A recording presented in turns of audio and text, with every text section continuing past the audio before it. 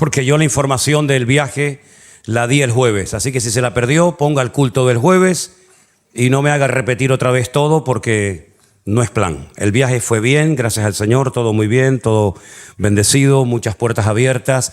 Y vuelvo otra vez a reiterar lo que ya he dicho en varias ocasiones. La necesidad urgente que tenemos en este momento en nuestro ministerio es de obreros. Esa es la gran necesidad. Gente tenemos por todas partes, niños, jóvenes, familias, posibilidades de abrir obra en muchas partes del mundo, todas. Pero lamentablemente, de momento, necesitamos obreros, sobre todo parejas, parejas que quieran prepararse para servir al Señor en cualquier parte, sea de España o fuera de España. Hoy por hoy, gracias al Señor, no es como antaño que uno tenía que ir a un lugar y, como se decía, picar piedras, ¿no? Para ver si logramos alcanzar a un par de personas y después alquilar un local y luego movernos a otro. Hoy en día las cosas han cambiado tanto y yo creo que Dios nos ha sorprendido tanto que ya no hay que buscar a la gente, ya la gente le busca a uno. Así de claro. Hace unos días anuncié, así por encimita nada más, que si Dios lo permite estaremos en Guatemala. Es un país que yo nunca he estado. Yo he estado en Centroamérica, pero no he estado en Guatemala. Y anuncié así un poquito por encima que vamos a estar allí, creo que son 4 o 5 días, y empiezan a llover llamadas y correos y dónde van a estar y cuánto van a estar y queremos que abran una iglesia y aquí y allá. Es decir, la necesidad de obreros es tremenda, tremenda. Por todas partes hay una necesidad enorme. Como les dije el día jueves, si tuviéramos en este momento una pareja bien preparada, bien instruida, con un claro llamamiento de servir al Señor, podríamos mandarlo mañana mismo a Florida. Tenemos varios lugares en Estados Unidos, pero donde más gente tenemos, en uno de los estados donde más gente tenemos es en Florida. Tenemos cientos de personas que podrían perfectamente, ellos mismos lo han dicho, alquilar un local mañana mismo, ¿verdad? Pero no hay un obrero, no hay un pastor cualificado que pudiéramos dejar en este momento allí. Así que yo les pido una vez más, no sé si lo hacen cuando yo les pido oración, no sé si lo hacen, pero que sí. Necesitamos urgentemente que Dios levante obreros, que Dios prepare, que Dios levante y que Dios nos ayude en esto, porque lamentablemente no podemos atender a todo el mundo. Uno intenta ir para aquí, para allá, hablar con unos, hablar con otros. Otra vez hemos estado en reuniones donde hemos visto, yo sé que a lo mejor para algunos, sobre todo de aquí de Canarias, que no han visto esto en otras partes, es muy sorprendente cuando llegas a muchos lugares y ves colas enormes de gente que hacen horas, colas, para poder entrar a un culto. Gente que viene en avión, gente que viene conduciendo días y días para entrar a una sola reunión, porque no hay capacidad para el culto del día siguiente. Gracias a Dios, la obra en Las Vegas va muy bien. La obra en San Francisco, gracias al Señor, también va muy bien. Ahora van a comenzar a extenderse a otros lugares. Pero si tuviéramos obreros, repito, podríamos tener un montón de iglesias. Y cuando digo, vamos a ir a Guatemala, ya enseguida empiezan los de Chile, los de México, aunque en México también tenemos iglesia, los de Argentina. ¿Y cuándo vienen para acá? ¿Y cuándo vamos a hacer? Hermanos, que uno no tiene el don de la omnipresencia. Menos mal que a través de las redes sociales uno puede predicar al mismo tiempo en muchas partes del mundo, pero la gente anhela lógicamente tener allí a un pastor. Ahora mismo, esta tarde, no está aquí con nosotros Anderson, porque lo hemos mandado a Bruselas. En Bruselas también tenemos una congregación muy linda. Si algún día van a Bélgica y quieren congregarse en una iglesia, pues nos dicen, nosotros le damos la dirección. Y como Anderson no se pudo llevar a Vanessa, pues claro, lo que pasa es que antes eran 2, ahora ya son ¿cuántos? 5, más el que viene. Entonces, claro, el tema es que como no lo queríamos mandar solo, pues se fue con Edison y en este momento están allí en Bélgica ellos dos. Vendrán mañana, ya nos dirán cómo les fue la cosa. Así que ore para que el Señor, si pone en su corazón el deseo de servir al Señor, que usted se prepare lo mejor posible para que pueda ser enviado a una de estas obras y pueda atenderla con la sabiduría que el Señor le va a dar, sin lugar a duda. También quiero aprovechar para pedir oración por nuestro congreso. Ya estamos prácticamente ahí a las vueltas. El día 6 de abril estamos en Toledo. Este es el último año que vamos a estar en ese lugar porque ya no hay más lugar. Se ha quedado muchísima gente fuera, muchísima gente fuera. Hemos alquilado los hoteles del pueblo, hemos alquilado nuevamente el hotel que tuvimos el año pasado y ya no hay más capacidad, ya no podemos meter a más gente. De hecho, el comedor que utilizamos el año pasado para los cultos, ahora solamente va a ser comedor. Vamos a tener que hacer o varios turnos, o unos en el comedor de arriba, otros en el comedor de abajo, y hemos alquilado una carpa enorme que va a venir una empresa a montarnos para poder hacer los cultos fuera, porque ya dentro va a ser solamente comedor. Así que bueno, damos gracias al Señor por todo esto, pero repito, tenemos que orar urgente para que el Señor levante obreros. Dice la Biblia, la mies es mucha, más los obreros son pocos. Pero bueno, dice también la Biblia que si rogamos al Señor de la mies, el Señor enviará obreros. Ahí estamos creyendo en eso. Y Damaris y Diego se casan, ¿cuándo? Creo que hay una boda por medio, ¿no? ¿Cuándo es? El 29 de abril. El 29 de abril. Pues menos mal que me lo recordaron. Ok, 29 de abril tenemos una boda. ¿Dónde va a ser? ¿Aquí, en el puerto? En algún lugar por ahí. En un lugar de La Mancha, ¿no? Ok. Bueno, pues muy bien. Tendremos una boda también dentro de poco, ya lo anunciaremos. Y también queremos decirle a los que no están bautizados, que se quieren bautizar, que hablen conmigo o con Anderson lo antes posible para organizar, si puede ser en el Congreso de Toledo o antes de que yo me vaya en el verano, pues sería muy bueno que organizáramos un culto de bautismo junto con los hermanos del Puerto de la Cruz, ¿de acuerdo? Para que así podamos pasar un día juntos o una mañana juntos y celebrar los bautismos tanto del puerto como de Santa Cruz. Decirles que se ha alquilado un local nuevo en otra parte de Fuerteventura. Ya teníamos una iglesia en Morrojable, pastoreada, atendida por nuestro hermano Alberto, pero los hermanos del puerto de Rosario, que estaban reuniéndose en un cine, ya han decidido alquilar un local y juntarse también a nuestro ministerio. Así es que ahora tenemos 2 iglesias también en Fuerteventura, por si acaso alguno de ustedes está pensando en irse de luna de miel, porque en luna de miel también es bueno ir al culto, ¿no? Digo yo, ¿no? Que algunos, como están en la luna de miel, se quedan en la luna y se comen la miel, ¿no? Entonces, oren también por esa nueva obra, aunque ya es una obra que lleva años funcionando, pero ya están arreglando el local y creo que ahora para el próximo mes, Dios mediante, van a inaugurar el nuevo local en Fuerteventura, ¿de acuerdo? Muy bien, hermanos, los niños pueden pasar ya a sus clases de escuela dominical. Ya le damos la bienvenida a todos los hermanos que están conectados en este momento en directo con nosotros, hermanos de San Francisco, de Las Vegas, de México, de Colombia y tantos lugares.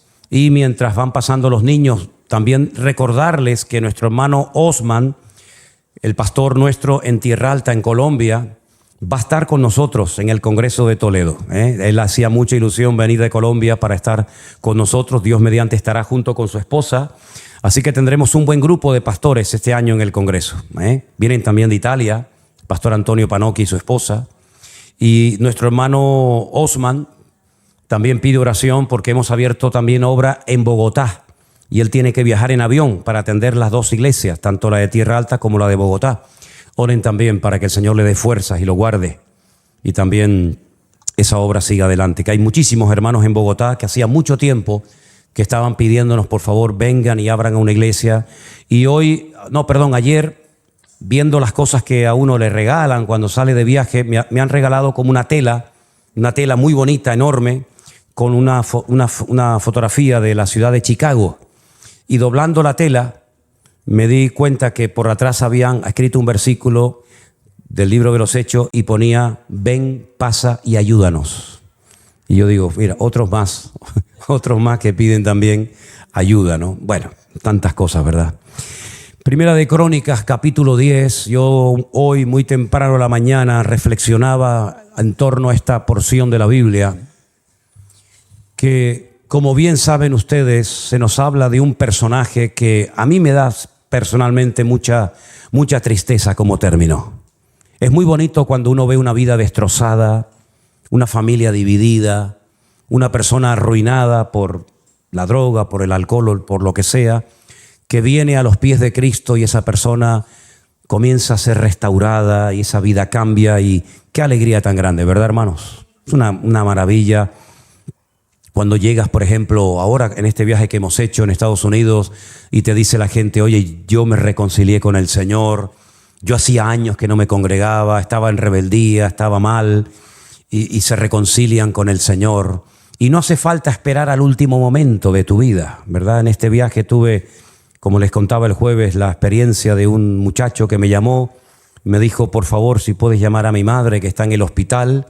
Yo le llamé y tuve unas últimas palabras con ella de aliento, de ánimo. En fin, hice lo que pude y nos despedimos. Una hermana que yo bauticé el año pasado en México, cuando estuve allí. Y a la hora me llamaron y me dijeron, mi madre acaba de partir a la presencia del Señor. Así que una hora antes hablé con ella, una hora después yo le dije, cierra los ojos, tú cierra los ojos y cuando los abras estarás en la presencia del Señor.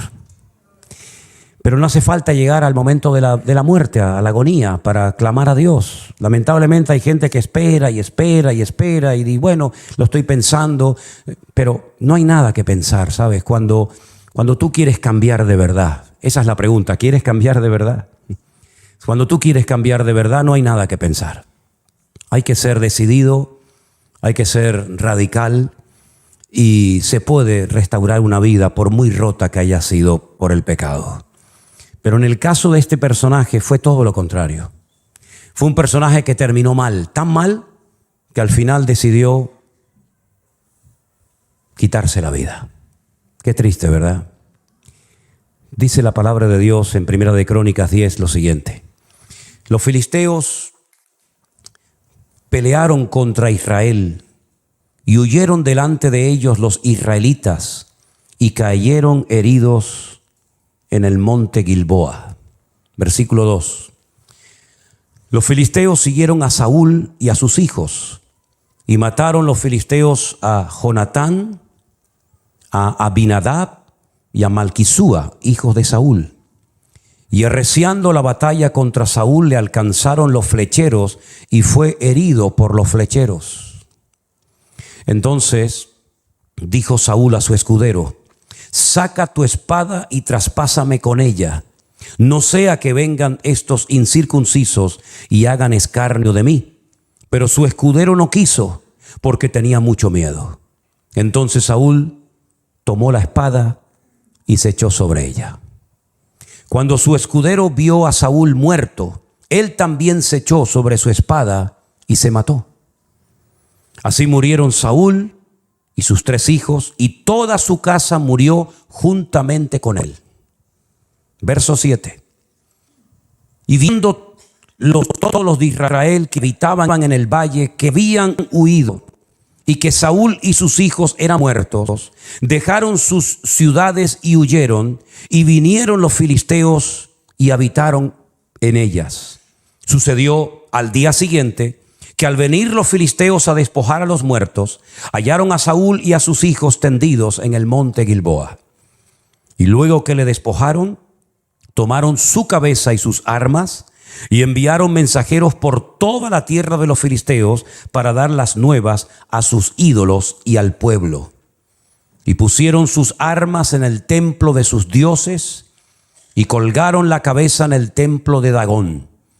Y oyendo todos los de Jabes de Galaad lo que los filisteos habían hecho a Saúl, se levantaron todos los hombres valientes y tomaron el cuerpo de Saúl y los cuerpos de sus hijos y los trajeron a Jabes y enterraron sus huesos debajo de una encina en Jabes y ayunaron 7 días. Así murió Saúl por su rebelión con que prevaricó contra el Señor, contra la palabra de Jehová, la cual no guardó, y porque consultó a una adivina y no consultó al Señor. Por esta causa lo mató y traspasó el reino a David, el hijo de Isaí. ¿Cuántos dicen amén? Qué historia, ¿no? ¿Verdad? Esto no tenía por qué haber terminado así. Es como cuando casas a una pareja o conoces de unos hermanos que te enteras, oye, que se han separado. ¿Cómo? Sí, que se han separado, se han divorciado, unos se han ido por un camino y otros se ha ido por otro camino. Aquello que empezó con aquel supuesto amor y con promesas y con cariño y todo, resulta que al final te enteras que otro matrimonio más roto, otra familia destrozada, los hijos en rebeldía, o preguntas a lo mejor por alguien y te dice, no, ya no está en los caminos del Señor. ¿Cómo que no? No, hace años que se dejó de congregar. En principio dice que iba a buscar otra congregación, que iba a buscar otra iglesia, pero finalmente se enfrió, se apartó y no quiere saber nada del Señor, ¿no? Como este muchacho que acabo de conocer ahora creo que fue en San Francisco, que se me acercó su madre y me dijo que lo había traído y que él en un acto de rebeldía y que no quería saber nada del Señor, se volvió a la iglesia católica. Pero nuevamente otra vez ha vuelto a los caminos del Señor y se ha reconciliado y otra vez está sirviendo al Señor. Pero constantemente, ¿verdad? Uno oye, unos más que otros, lógicamente, conocemos de personas que empezaron bien, jóvenes que iban bien encaminaditos, matrimonios que se habían reconciliado, aquel que se había bautizado, aquel que decía que quería servir al Señor y por H o por B, por el motivo que desconocemos, resulta que todo terminó en un auténtico desastre. ¿Y por qué? Bueno, el pasaje que hemos leído nos cuenta algunos motivos de la ruina de Saúl.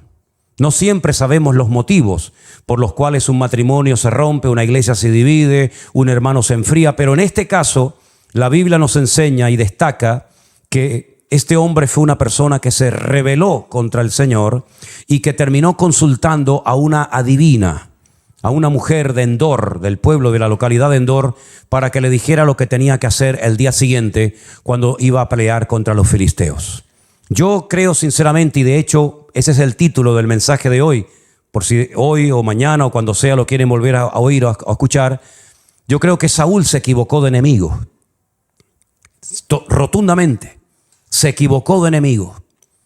El peor enemigo de Saúl no fue nunca David. De hecho, David no fue un enemigo de Saúl. Él creía que lo era. El peor enemigo de Saúl era él mismo. Ese fue el peor enemigo de Saúl. Su carácter, su falta de madurez, su rebeldía, su desobediencia, su querer aparentar y fingir delante de los demás lo que no era. Ese era el verdadero enemigo que este hombre tenía. David no era enemigo para Saúl, ni mucho menos.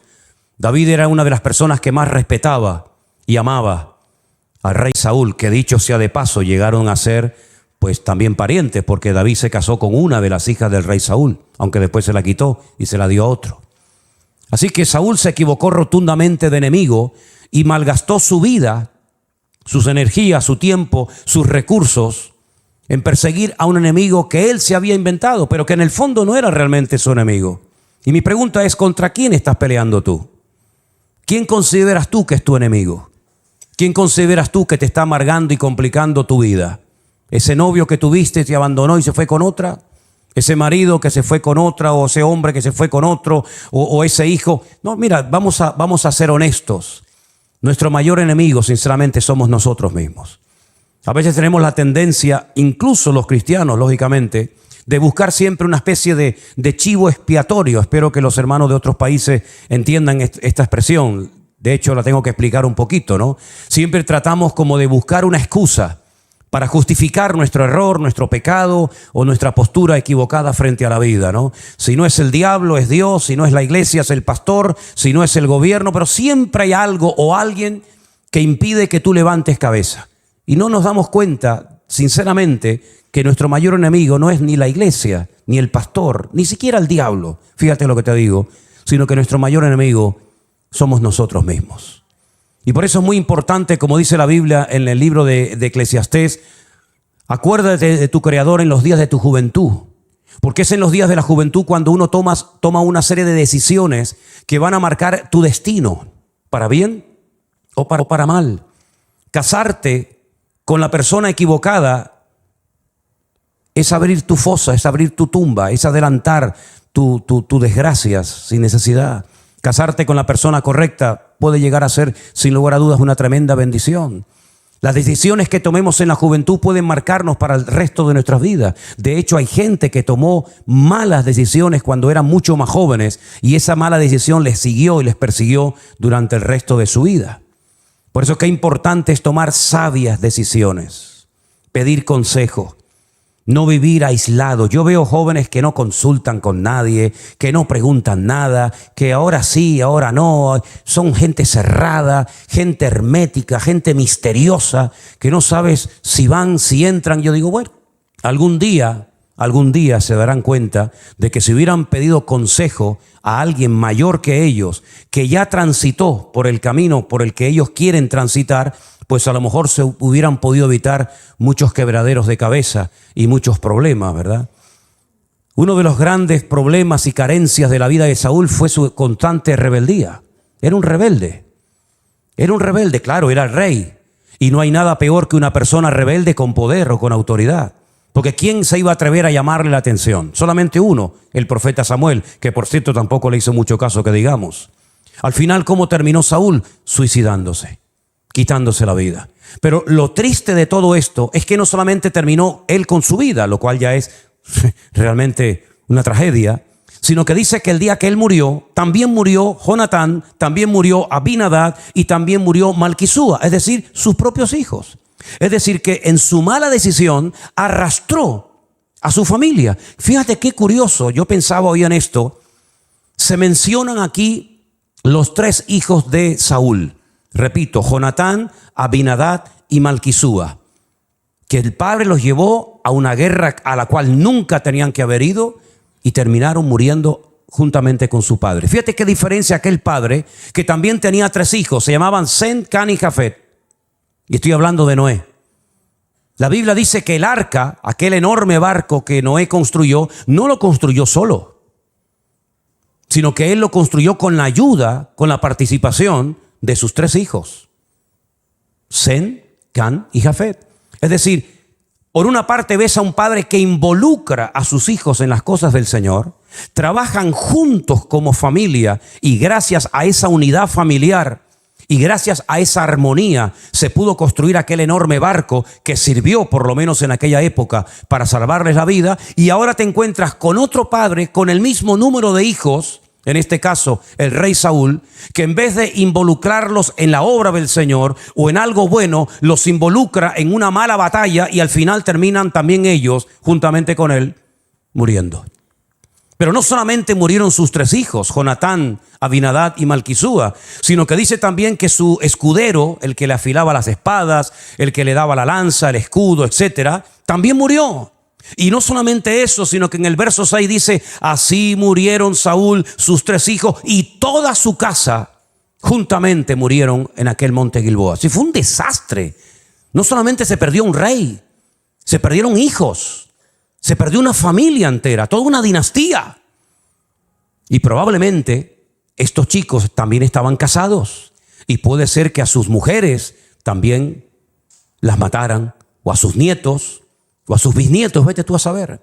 Es decir, las decisiones que tomamos en la vida pueden llevar a bendición a mucha gente o pueden llevarlas a la ruina completamente. Por eso no te tomes a la ligera las decisiones que estás tomando hoy por hoy, porque aunque para ti no tengan importancia, cuidado, porque puedes estar poniendo una base mala de arena sobre la cual quieres edificar no sé qué, pero al final cuando vengan los auténticos problemas de la vida, se te puede desmoronar la casa abajo.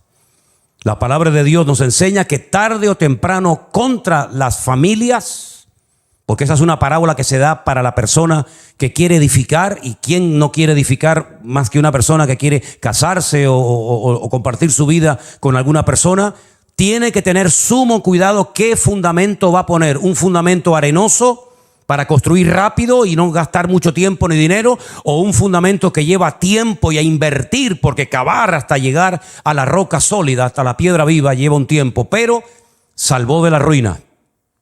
Salvó del desastre aquel hombre que edificó su casa, y dice la Biblia que los vientos no la pudieron destruir. Perdió el tiempo Saúl de una forma terrible, sinceramente. Perdió el tiempo en batallas a las cuales nunca tenía que haber ido. Y por eso yo quiero volver a insistir en aquella línea de mensajes que estuve dando no hace mucho tiempo, diciendo, ¿en qué batalla estás metido, querido? ¿En qué lío te has metido? Porque Pablo hablaba, cuando yo les hablaba de este tema, de la buena batalla. Dice, he peleado la buena, Y yo me preguntaba cuando leía aquel texto, ¿quiere decir que hay malas? ¿Hay malas batallas y buenas batallas? Por supuesto que sí. Hay batallas que son malísimas, como por ejemplo esta, en la que Saúl se fue a pelear sin el favor de Dios, sin el respaldo de Dios.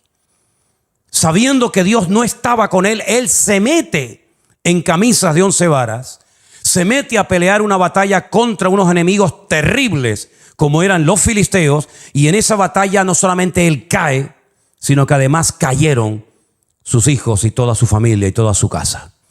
Por eso qué importante es que nosotros reflexionemos y nos preguntemos contra qué o contra quién estoy peleando.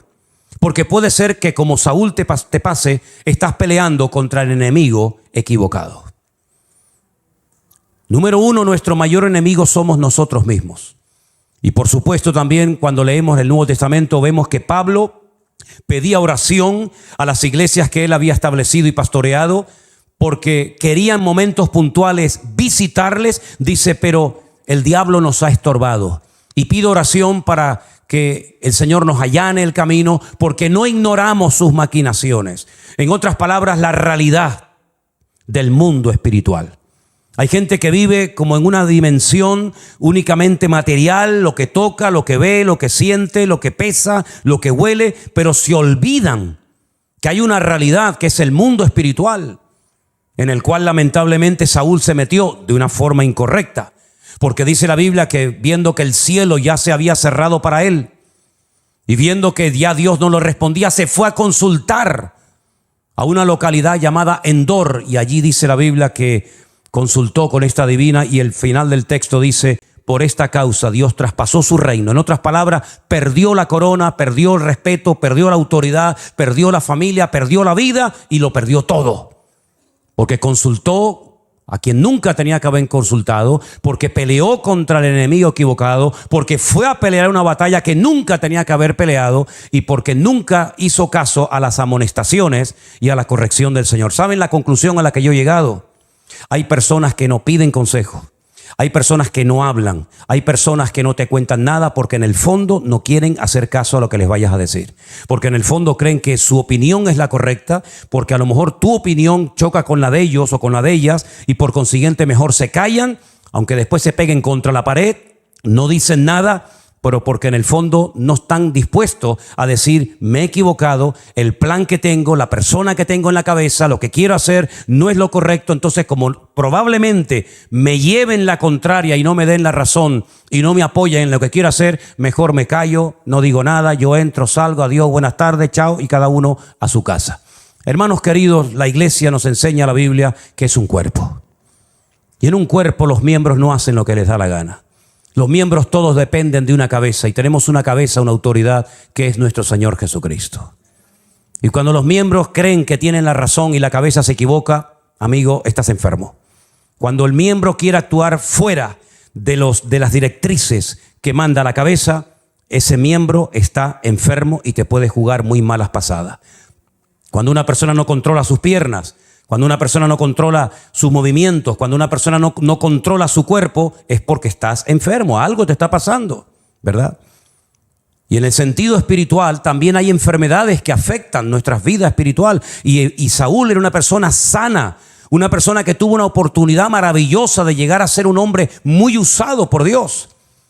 Pero como no hizo caso a la palabra de Dios cuando la conocía, cuando la oía por parte de los labios del profeta Samuel, terminó amargado. Y no hay enfermedad peor en la vida de un supuesto cristiano que ver a un cristiano triste, apagado y amargado. Es triste, sinceramente. Cuando una persona, en vez de ser una persona gozosa y alegre y disfrutar de la vida, lo ves que siempre se está quejando, le cuesta gozarse de la vida, se queja del trabajo, se queja de estar solo, se queja de estar casado, se queja del sueldo que le pagan o que no le pagan. Cuando tú ves a una persona llamada cristiana, nacida de nuevo, que supuestamente ha entendido el evangelio, y tú lo ves amargado, lo ves triste, lo ves apagado, lo ves que está siempre quejándose o lamentándose o creyendo que le falta algo, Yo te voy a decir lo que te falta y es más comunión y más relación con el Señor. Porque cuando tú tienes una buena relación con el Señor, aunque te paguen poco, tú ves que ese poquito el Señor lo bendice y el Señor te ayuda. Cuando tú estás bien con el Señor, no dependes tanto de las circunstancias, no dependes del apoyo, del saludo, de la llamada, ya no dependes de nada. Por eso uno de los grandes éxitos, si me permiten utilizar ese término, que ha tenido y tiene la iglesia virtual, es que los hermanos en sus hogares no dependen de un pastor, dependen única y exclusivamente de su comunión y de su relación con el Señor. No hay ningún hermano que le salude antes del culto o después del culto. No hay un pastor que venga y le dé una palmadita a la espalda o le toque a la puerta para mañana ir a visitarlo, sino son personas que se han acostumbrado desde el primer momento a poner su pantalla de televisión, su ordenador o como se llame, y depender única y exclusivamente de la palabra que es transmitida por estos medios. Y esas personas han crecido porque no están oyendo comentarios negativos, porque no dependen de los hombres, sino que dependen única y exclusivamente del Señor. Y eso es algo que lamentablemente algunos creyentes no han terminado de aprender. Saúl, si hubiera sido una persona espiritual, que lo podía haber sido, Saúl, si hubiera sido una persona realmente obediente, nunca hubiera tenido necesidad de ir a consultar a ninguna adivina, porque él sabría perfectamente cuál era la voluntad de Dios para su vida. Porque dicho sea de paso, cuando una persona tiene una buena comunión con el Señor, sabe lo que tiene que hacer y lo que no tiene que hacer. Sabe dónde tiene que estar y dónde no tiene que estar. No tienes que estar todo el día y sí, no, esa incertidumbre, esa insatisfacción desaparece porque hay estabilidad, hay un equilibrio. Tú tienes comunión con el Señor, hay una relación directa con tu Padre. Y el Espíritu que mora en ti te guía. Dice, Él tomará de lo mío y os lo hará saber. Él os guiará a la verdad. Él me glorificará a mí. Él os recordará lo que yo os he enseñado. Y todo eso fluye de una transparente y diaria y constante comunión con el Señor. Por eso es lo que yo les animo a que todos ustedes desarrollen cada día. Levántense por la mañana, tengan su devocional privado con el Señor. Oren al Señor, busquen a Dios, busquen de su palabra, lean la palabra del Señor y se van a dar cuenta de que ese vacío, esa insatisfacción desaparece de tu vida porque tu alma está llena de la presencia y de la comunión del Señor. Y eso lo vemos, o mejor dicho, eso no lo vimos nunca en la vida de Saúl. Como estaba desconectado de Dios, tenía que ocuparse en otras cosas. ¿Te das cuenta? Cuando tú estás ocupado en las cosas de Dios, no te preocupas por las otras cosas. Pero cuando tú no estás ocupado y bien conectado con el Señor, comienzas a desviar tu mirada y comienzas a mirar por aquí y comienzas a mirar por allá. Y entonces, querido hermano, eres una víctima de ti mismo. ¿Qué fue lo que le pasó al rey Saúl? El rey Saúl, repito, se equivocó de enemigo. Pensaba que David lo odiaba.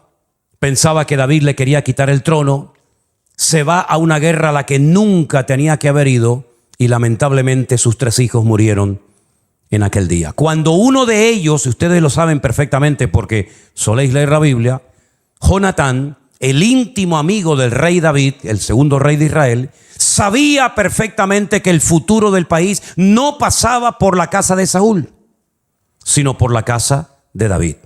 Y él hizo un pacto días atrás, antes de ir a esta guerra, y le dijo al rey David, o al futuro rey David, yo sé que tú serás el siguiente rey de Israel. Yo sé positivamente que mi padre ha sido desechado por el Señor. Por lo tanto, ahí hicieron un pacto entre ellos. Él reconoció humildemente que el futuro de Israel no pasaba por él. Y por eso él se quita su espada de príncipe de Israel y se quita sus vestiduras de príncipe de Israel y se las da a David, y él se viste de pastor y David se viste de príncipe de Israel y le dice, yo sé que en tu reino yo seré el segundo. Y David le ofreció ser su hombre de confianza y podía haber tenido un futuro maravilloso, pero se juntó con la persona equivocada. Y como a ti se te ocurra correr el riesgo para probar, como una especie de experimento, de juntarte con la persona equivocada, te puede llegar a pasar, si no físicamente, por lo menos espiritualmente, puedes terminar muriendo y desconectándote de la presencia del Señor. Porque nosotros tenemos, permítame poner el ejemplo, como una especie de imán. ¿El imán a qué se pega? Aquí el púlpito que es de metacrilato, el imán no se pega a esto. El imán no se pega a la madera de una guitarra. El imán se pega a algo de hierro, ¿verdad? Algo que lo atrae. Si nosotros estamos empapados de Cristo, ¿a qué vamos a ser atraídos? ¿A qué tipo de personas vamos a ser atraídas? ¿A personas que no tienen a Cristo? ¿A personas que no quieren saber nada del Señor ni de su palabra? ¿Vas a ser atraído espiritualmente hablando a una persona que Cristo no es el fundamento de su vida? Si no tienes comunión con Dios, probablemente vas a ser atraído a la persona o al lugar equivocado. Pero cuando tú tienes a Cristo en tu corazón, mi hermano, tú sabes perfectamente que a veces hay como un rechazo. Y tú dices, yo aquí no me siento cómodo. Yo con esta persona no tengo nada que compartir. Y entonces puedes llegar a entender lo que Pablo dijo cuando dijo, ¿qué comunión, común unión tiene la luz con las tinieblas? O Cristo con Belial. ¿Y Belial quién es? Belial es uno de los muchos nombres que recibe Satanás en la Biblia. Y cuando él habla de que no os unáis en yugo desigual con los incrédulos, lo que está diciendo es que tú tienes que juntarte, tienes que ser atraído. Si tienes ese imán de Cristo bien imantado por su presencia y por su gloria, tú eres automáticamente atraído al lugar, a la persona correcta, pero automáticamente te repele todo lugar o todo ambiente o toda persona que no comparte tu fe y que no tiene a Cristo en tu corazón. ¿Cuántos dicen amén? ¿Cómo puedes saber? Te voy a dar una prueba. ¿Cómo puedes saber que tu corazón está empapado con la presencia del Señor? Por lo que te atrae. Porque dice la Biblia que el que ama a Dios, y fue uno de los versículos que leí en uno de estos días de devocional, el que ama a Dios aborrece el pecado. ¿Oíste eso? No es que me alejo del pecado porque bueno, no, es que lo termino odiando el pecado, aborrezco el pecado. No me interesa nada. ¿Por qué? Porque como amo a Dios, lo que me atrae es la presencia del Señor. Es como si coges a un pez y lo sacas fuera del agua, no puede vivir. Porque ha sido diseñado y creado para vivir dentro del agua. Pero si a nosotros nos meten dentro del agua, tarde o temprano moriremos. Porque no es nuestro medio natural.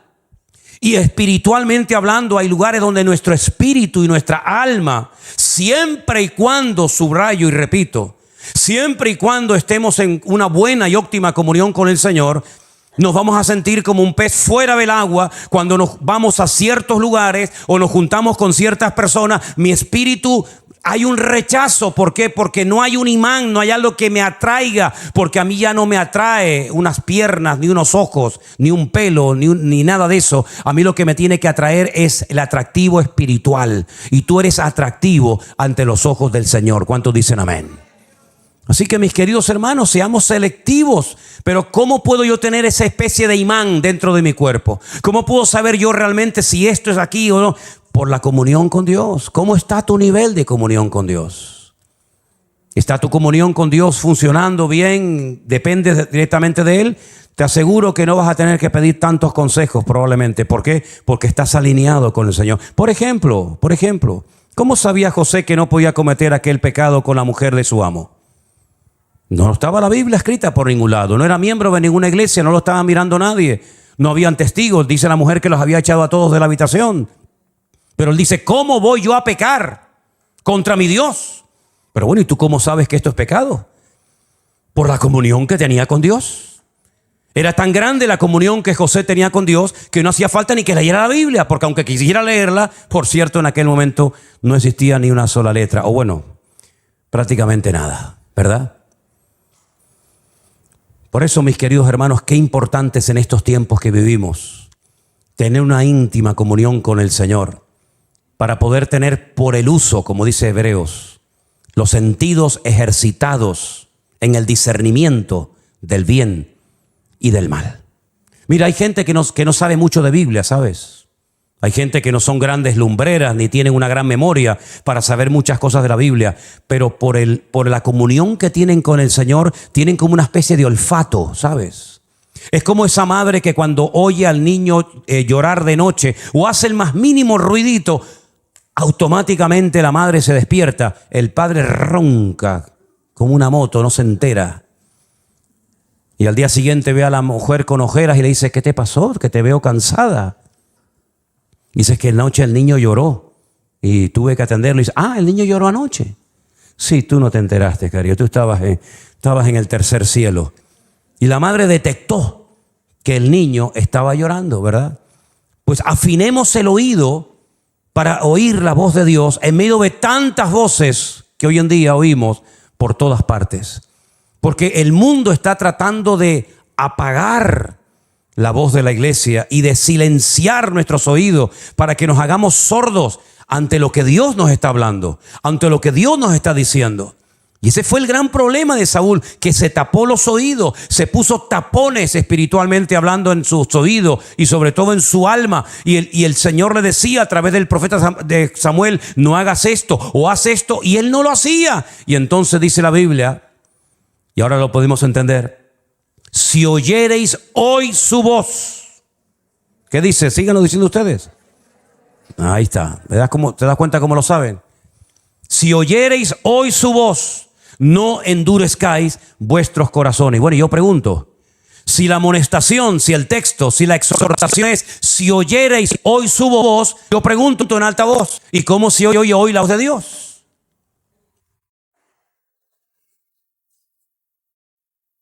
Yo tengo todo el tiempo del mundo, ¿eh? Ahí está, pues díganlo. Por la palabra de Dios. Así que cuando se predica la palabra de Dios, es Dios el que está hablando a la iglesia, ¿sí o no? Pues si yo te digo en el nombre del Señor: no te comportes como Saúl, y tú te comportas como Saúl, no me extraña que mañana estés más endurecido que hoy. ¿Por qué? Porque cuando oímos la voz de Dios es para ablandarnos, es para decir: Señor, tienes razón, estoy equivocado, perdóname, enséñame, corrígeme. Pero cuando oímos la voz de Dios y no hacemos caso, nos va pasando progresivamente. Esto no es una cosa que pasa de la noche a la mañana. Progresivamente vamos endureciendo y endureciendo y endureciendo el corazón, hasta que al final la vida se nos hace imposible. Y yo pregunto, un hombre rico, un hombre que era un rey, un hombre que lo tenía todo en la vida, ¿por qué terminó tan mal y amargado y quitándose la vida? Porque no es lo que uno tiene lo que te va a dar satisfacción y alegría a tu alma, sino es tu comunión con el Señor lo que te va a dar el gozo de la salvación. Porque había un hombre que los perros tenían que lamerle las heridas porque no tenía ni dinero para ir a los médicos. Pero cuando murió, fue a la presencia de Dios. Y había un hombre rico que hacía banquetes cada día, que cuando murió no fue a la presencia del Señor, sino a un lugar de tormento eterno. Entonces tú dices: no es lo que tengo, porque Saúl lo tuvo todo. Saúl tuvo el mundo en la mano, ser el rey del pueblo de Dios, ser el rey de Israel, con esclavos, con todo lo que una persona puede desear en esta vida. Y cuando pasas por las carreteras, llegando ya un poquito al norte de Israel, y vas y tienes que hacer un giro en la carretera y ves aquí a mano izquierda la ciudad de Bet-Shean, una ciudad con unas ruinas romanas espectaculares, y dentro de esa ciudad ves allí en el horizonte el monte Gilboa, donde dice la Biblia que murió y cayó Saúl. Te das cuenta que al otro lado del monte Gilboa es todo verde, es un valle precioso, el famoso valle de Josafat, el valle de Megido, donde se va a llevar a cabo la gran batalla de Armagedón. Pero a este lado del monte Gilboa, donde murió Saúl, no crece ni la hierba. ¿Qué te parece? Porque allí cayeron los valientes de Israel. Y allí murió gente que nunca tenía que haber muerto. Así que en tus decisiones no arrastres a gente que no es culpable de tu mala cabeza. No arrastres a tus hijos, a tus nietos, a tu marido, a tu esposa, a tu sobrino. No arrastres en tu cabezonería a tu familia, porque eso fue lo que le pasó a este hombre. Murió Jonatán, murió Abinadab, murió Malquesúa, murió la familia, murió todo el mundo, porque él eso es lo que transmitía, muerte. Y el que vive en muerte y desconectado de Dios, eso es lo único que puede transmitir. No puede transmitir vida, no transmite paz uno que no la tiene, no transmite presencia del Señor una persona que no tiene comunión con el Señor.